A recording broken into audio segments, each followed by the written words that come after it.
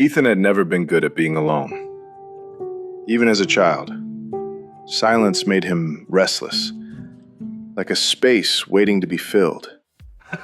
The unconscious solution he found was to fill it with noise, laughter, and faces that kept him from hearing the quiet inside himself. But the quiet always waited. It always found its way back. His first love arrived when he was barely more than a boy, a friendship that grew into something soft and simple. They built castles of shared dreams, promises too big for their age. There was no betrayal, no heartbreak, only the slow drift that comes when two people grow at different speeds. Ethan learned then that not all endings come with thunder. Some just fade, like music at the end of a song.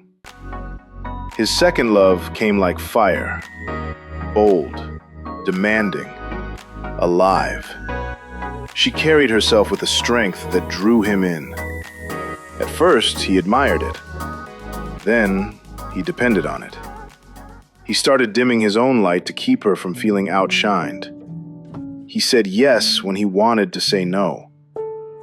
He laughed when he wanted to stay silent. And one day, he looked in the mirror and didn't recognize the man staring back. When that relationship ended, he felt hollow, like a house after everyone has moved out, echoes still clinging to the walls.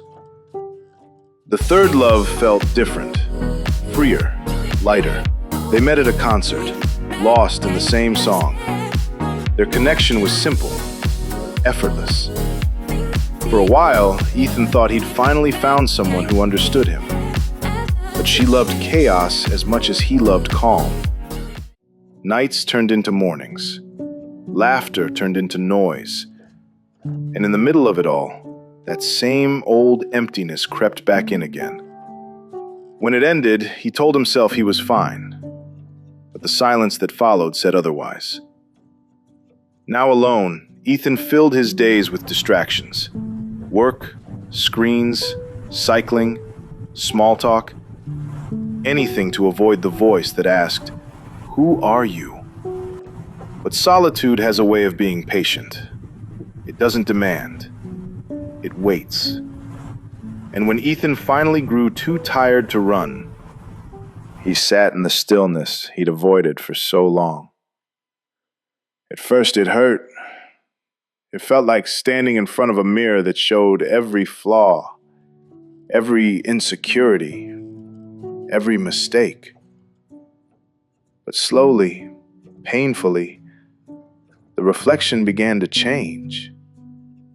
He started noticing small things, the way morning light painted soft gold across his walls, the quiet weight of coffee in his hands, the sound of his own thoughts, not all of them kind, but at least they were his. He realized solitude wasn't just an absence. It was a teacher, a mirror, a test.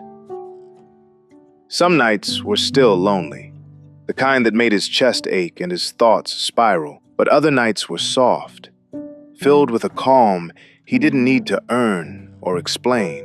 Ethan was still learning, still stumbling between peace and longing. But for the first time, he understood that being alone didn't mean being empty. Solitude hadn't fixed him. It had introduced him to himself.